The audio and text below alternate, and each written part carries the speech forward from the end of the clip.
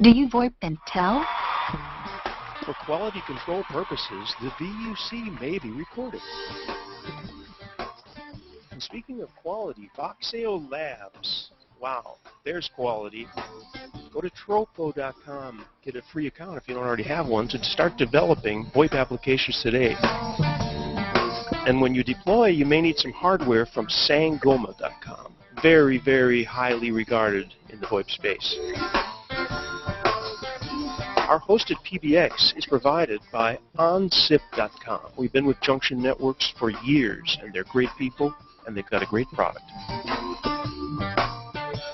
And that brings us to the smartest working guy in VoIP, Mr. Michael White at e4strategies.com.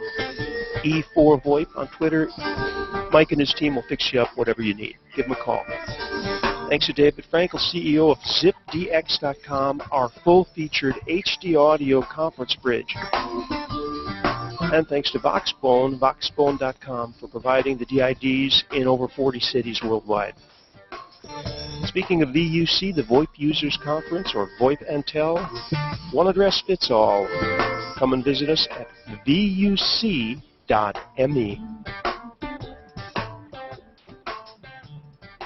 Okay, you heard it here first. We have once again with us the lovely and charming and wonderful Allison Smith. Hello! Hi, Allison. Welcome back. David Duffett being on her direct right to her on my monitor. Hey, David. Hello. How are you doing? And David, maybe we can talk a little bit about your new gig in a few minutes after we're... if you'd like to, Randy. You know, I can't think of anything I'd rather do. Except introduce Mr. Steve Sokol. Steve, good to have you. Thank you very much.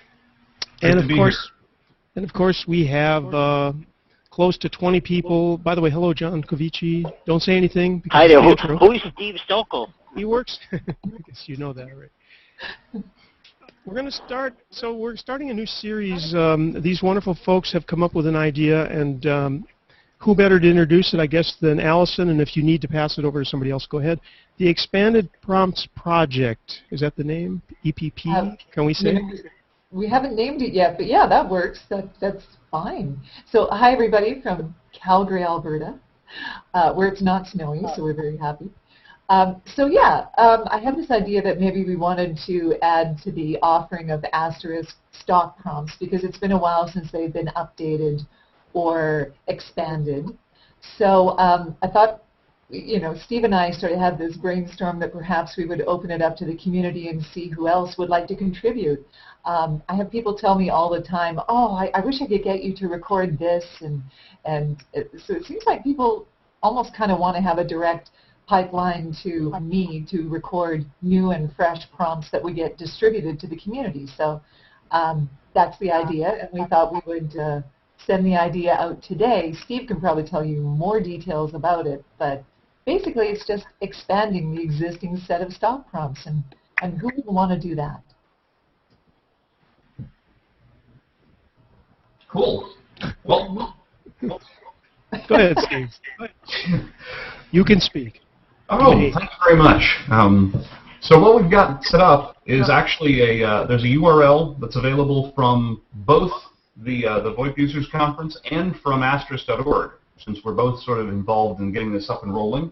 On asterisk.org, it's www.asterisk.org/Allison.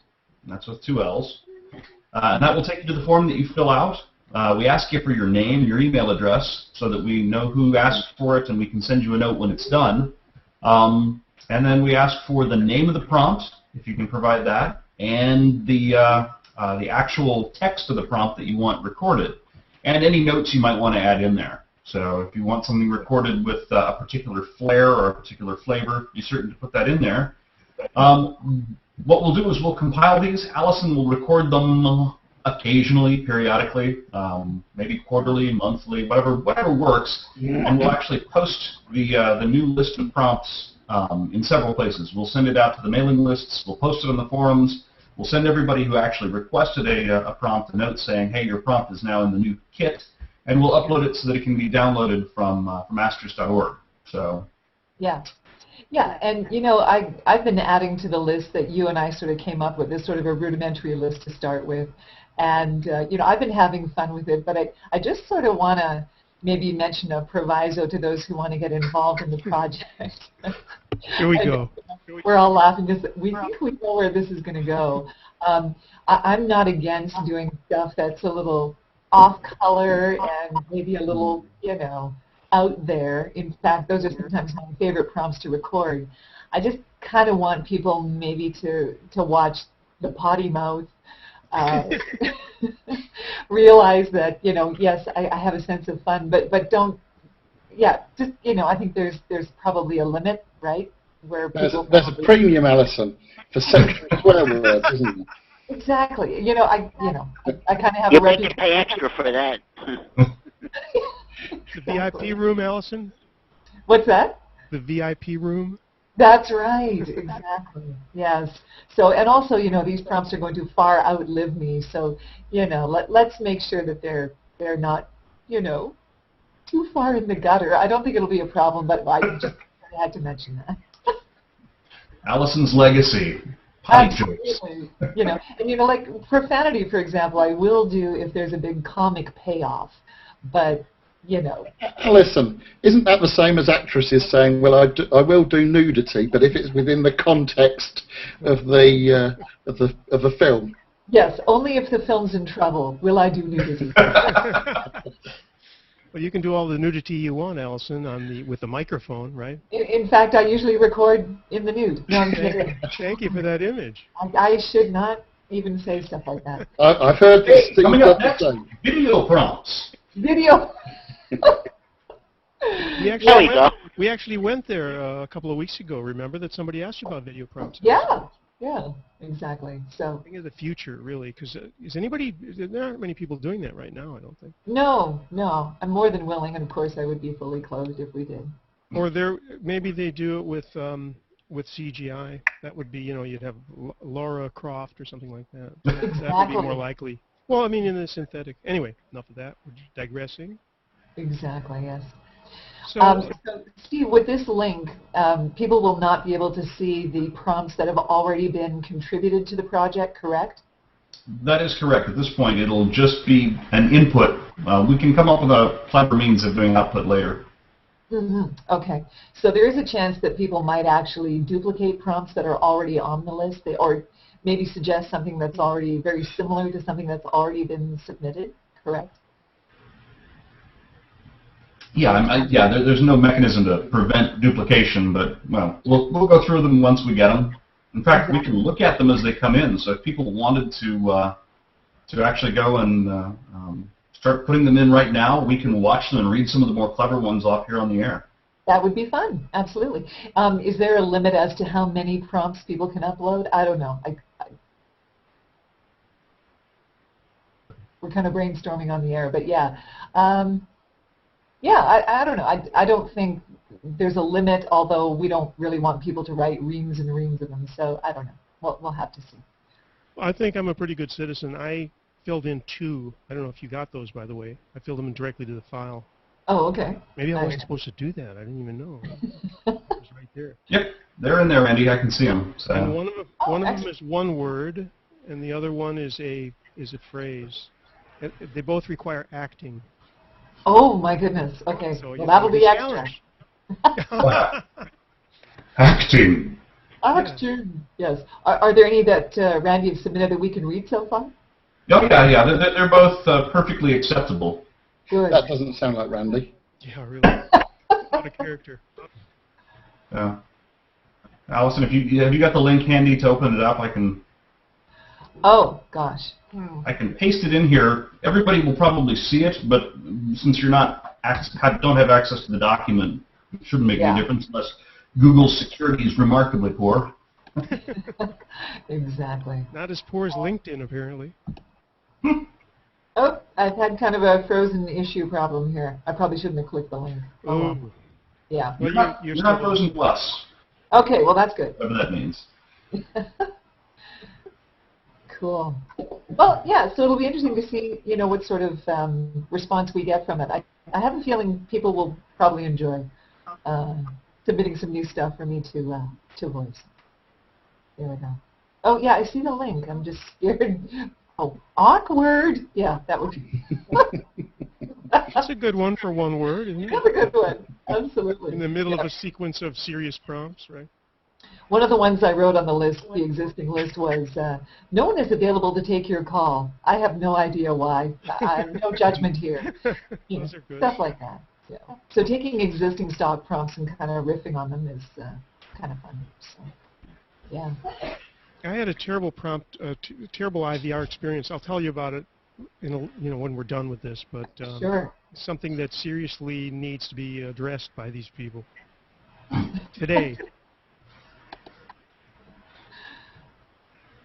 So, if we're going to tell terrible IVR stories, I got lots of them too. Yeah, so let's get into that. We've got a couple of topics to cover, though. So while we're waiting for people to type in those hundreds of millions of expanded prompt suggestions that are all relatively clean, yes, we can talk a little bit about a couple of things that you've expressed, I believe, in your blog and in your public speaking, Allison.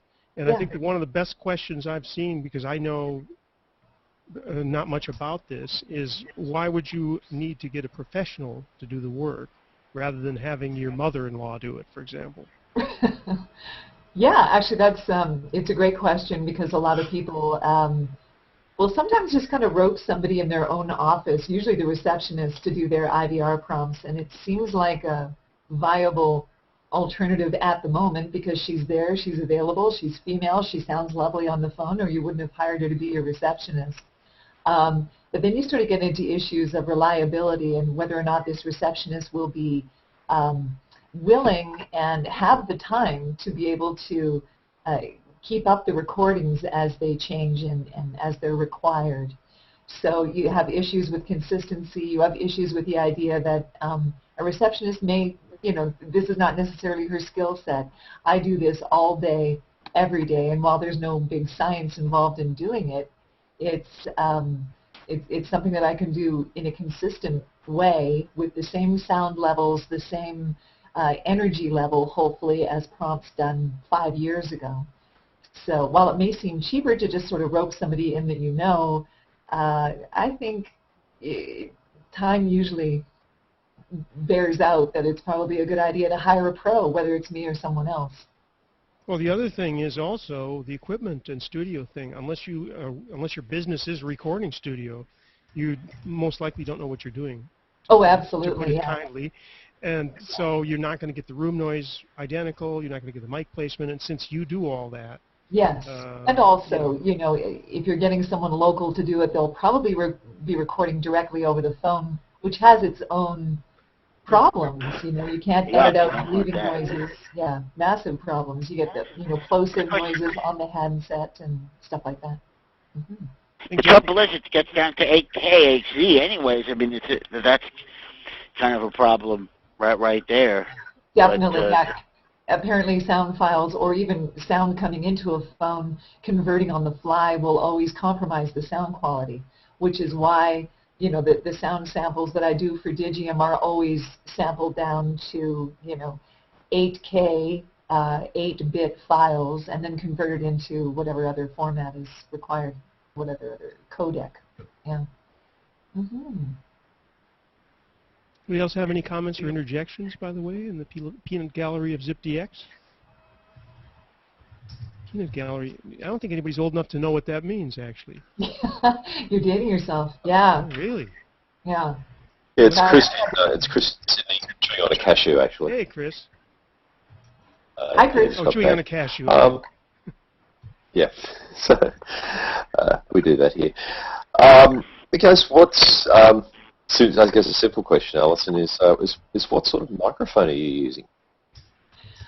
There's a few that I kind of toggle between, but I seem to stick with a TDK. It's just sort of a standard. I can't remember actually the name of the actual style number. I was using a Rode Broadcaster, but switched to the TDK, which I like. Really, the microphone is important, although I've used much more expensive Neumann microphones and didn't have nearly the same desirable results. And especially for the sort of work that I do, I do some broadcasts, but primarily for telephone applications. Neumann is almost kind of like overkill. It's almost like more mic than you need. So I would say, if you're doing any sort of recording yourself, invest in a fairly good mic, but it doesn't necessarily have to be the $2,000 or $3,000 microphone. Yeah, it is actually kind of a personal choice. I have a colleague that uses, believe it or not, kind of a standard Radio Shack issue microphone, and he loves it. So can't pry it out of his hands. Oh, that's good. And these prompts, I'm assuming that you'll be recording them in or G722 or wideband and the various other formats. Actually, what I do for Digium when prompts are uploaded on the website is to record them actually in a very high quality, high res, so 16-bit, 48,000 kilohertz, and then whatever downsampling happens at Digium. However, for this project, I suppose I could convert them here, or maybe Stephen has some ideas of how we can handle the actual technical aspects. I just know that usually we should be able to download the high res one so that we can, depending on what we have. Yeah, I think that's their wisdom, is to have kind of like a high res copy, and then whatever you decide to do with it, whatever codec you decide to convert it to, is completely your choosing. What do you think, Steve? Absolutely. We'll record them in the highest possible resolution, and then we'll make them available probably in all of the normal asterisk formats. So 8 kilohertz for MULAW and ALAW, and signed linear, and GSM, and G722 at 16 kilohertz, and so we'll go through the full set of production conversions in order to get the things that people will need. Yes. Let me ask you this, Steve. Why are there so many variable different formats that people may need, and why is there not just one standard format? Well, there used to be one standard format before VoIP came along, and that was G711, and there were two sort of sub-variants to it, the MULAW standard that's used in the US and the ALAW standard that's used throughout everywhere else in the world. And when we started doing VoIP, there were a couple of concerns. One is the amount of available bandwidth. Back in the day when everything was dial-up, you really couldn't go pumping a full stream of audio through it just because there wasn't the available bandwidth, so everything had to be compressed. Yeah. And now things have gone the other way around. With G722, we now have tons of bandwidth, and everybody's tired of narrow, limited, audio quality that went with the phone system of the 70s and 80s, and now we've got basically much broader, brighter, better sound that comes from high-def audio. So that's why we've got so many different formats. And of course, there's other issues that sort of impact this, patents and, what was available at the time and what certain technologies use. So, yeah. Lots of nerdy stuff. I'm pretty sure G722 would not be available to me in any of my sound editing programs. That's probably, is that a Linux SOX conversion? Yeah, it's something that we'll generate out of your original. I mean, you always give us very high quality, 44 kilohertz, signed linear, 44 kilohertz, PCM encoded wave. So from there, we can take it and sample it down to everything else cleanly. Yeah, I always give the analogy, it's kind of like a photographer giving you a nice, clean, high-res set of your prints, and then you do whatever you wish with it. So, yeah. Oh. Exactly. Guys, there was a question in the IRC channel before we move on, which was a very nice thing, and I hope I answered it correctly. It says that since Allison does this as a profession, where can we donate for these prompts? And my answer, which you may berate me for, is I said that I think Allison and Digium are working on this as a contribution to the community. Was I Definitely, right? Although if they wanted to make a contribution to my Neiman Marcus bill. No, I'm kidding. Right. I'm kidding. No one has that much money. Exactly. No, seriously, it is something that I just kind of wanted to do for the community, and whatever people write and contribute to the project will obviously get donated to everyone else. So yeah, it's just kind of a goodwill gesture, which is sort of why I don't want to get overwhelmed with too many prompts, right. And yet I don't think that's going to be a problem. So, I do have paying clients to look after, but no, I definitely want to do this as my way of kind of giving back to the community. So, aw. This is I going to will be toss out that, wearing my marketing hat for a moment, that if you really want to give some money to Allison, and also perhaps a tiny bit to Digium, you can go to the IVR section on Digium.com and buy some prompts from her as well. So Yes. she'll be happy to record more serious, more customized things you don't want to become part of the community prompt set. Yes. Yes. Very, very good. That's a good point, and I have one ready. I'll get back to you on that. Allison, we're going to do a little series of some of these different topics, and we're going to do maybe 2 each time. So I want people to look out for that maybe once a month or whatever. We're all busy, so we'll see what your schedule is. But just so that they know that we're talking about, this is kind of the first installment in this, and it does include the expanded prompts. And we can come back to the expanded prompts next time and maybe listen to a few of them or something. The next topic, which I'm very, very interested in, is your dream voiceover jobs, because that was something we talked about. So, as an adult professional, what are your dream jobs? Not the little girl ones with the, recording for the prince, but the actual. Yeah. Well, I did blog about this. Movie trailers were always kind of the domain of Don LaFontaine, and he was legendary. He was the movie In a world where Allison Smith is the ruler of us all. That's it. I think Stephen Sokol could be the heir apparent, except there is actually a new guy who's taken over, who does a great job, and he seems to be kind of taking over where Don left off. But women typically are not terribly utilized. There is one voice talent, Melissa Disney. I think she may be of the Disney family. She has done a couple, but think about the last time you were, at the movies and listening to the previews. Never. No, I can't think of Very one. few females are asked to do that. So I would love to get into that market, but it's just, as much as telephone prompts are sort of the domain of female announcers, there are some guys that do it, but essentially it is kind of female-dominated. The movie trailer industry just seems to be very, very much a guy industry. So, Stephen, if you're ever looking for a second career, could be you. I have an idea for you, Allison. If you've ever seen Desperate Housewives, the entire series of, 8 years that they've been on, they just ended, but there has been a voiceover part. The woman was she killed herself in the very first episode. And then, if you think about this, this is a pretty good definition of voiceover work, because I don't know if we saw her or if it was even the same actress's voice. We don't really know that, but she was never in afterwards, and it was always the people of Wisteria Lane. Could you do one of those? I would love that. Yeah, something like that, something sort of ongoing and almost as though people are saying, "Who is that? Who is that omnipresent voice that's just sort of in the series?" That would be fabulous. What I want to know is, so you get Desperate Housewives in France. What is it called in French?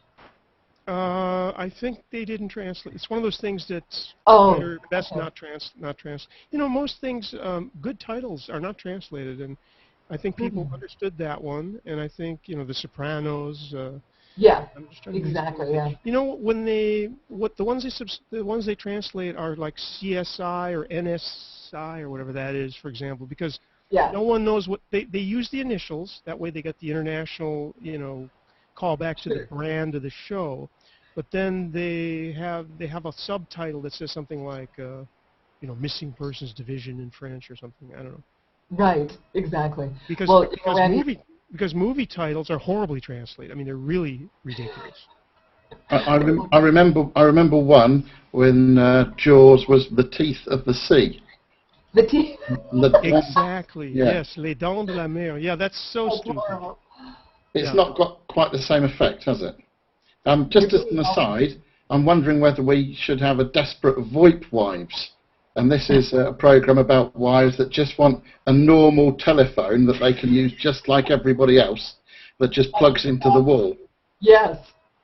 That's Oh gosh, you've met my wife then, David. Yours, James, yours, Michael Graves, mine, possibly Michael White, who's in the hardware business. Speaking of business, I'd like to say, do a shout out to Jeff Dworkin, who's in the audience. I can see his name up there. And we've been trying to get Sangoma from Sangoma.com, one of our sponsors, on forever. And Jeff Your guys aren't answering my mails. Let's get our. It's not due to technical difficulties, is it? Yeah, it could be because their SBC isn't working or something. I don't know. Anyway, we're going to maybe move on to some IVR horror stories. Allison, you can stay with us, or we can terminate the segment as you like, depending on your time. I probably should run. I do have a session kind of booked in a few minutes. But this has been great, you guys. And as I say, anyone who wants to contribute to the project, go to the link that's up there on the chat. And I'm looking forward to see what you guys come up with. It's going to be great. Let me repeat the URL. I didn't have the foresight to put it in letters on the screen either. I'm sorry about that. But it is pretty easy to go to asterisk.org/Allison, 2 L's. Okay? We're going to terminate this segment. We'll be back in a second as soon as I can find my cursor because it disappears. There's a thing on OS X where the cursor disappears when you're looking for it. Here we go. So, Allison, once again, thank you so much. Thank you so much. And we'll see you in a few weeks, I hope, for installment 2. Absolutely. Anyone else who's... everybody. Okay, take care. Bye, Allison. See you later, Allison. Thanks. Thanks for joining us on the VoIP Users Conference, the VUC, or VoIP and Tell, every Friday, 12 noon Eastern Time. And also, we have another list of people to thank, sponsors, such as Foxtail Labs. Their great initiatives with Phono.com, SMSified.com, Tropo.com. Sangoma is well known for high-quality hardware and software in the VoIP space. OnSIP, check out their new look and their new offer at onsip.com. That's our hosted PBX, by the way. E4strategies.com. Michael White is the hardest working guy in VoIP. Give them a call. Get a quote if you're looking for something. In VoIP. And, of course, ZipDX, thank you so much, David Frankel, for your help. It's been about 3 years now of the 6th year that we're starting for the VUC. And Voxphone, thank you for providing about 48 dial-ins at local rates for people in countries in the world where they can't use VoIP for some reason. See you next week. Okay, best thing to do probably is start another hangout, actually, guys. Let me see if I can end this and come back. We'll see if that works. If not, stay tuned for the next invite, okay?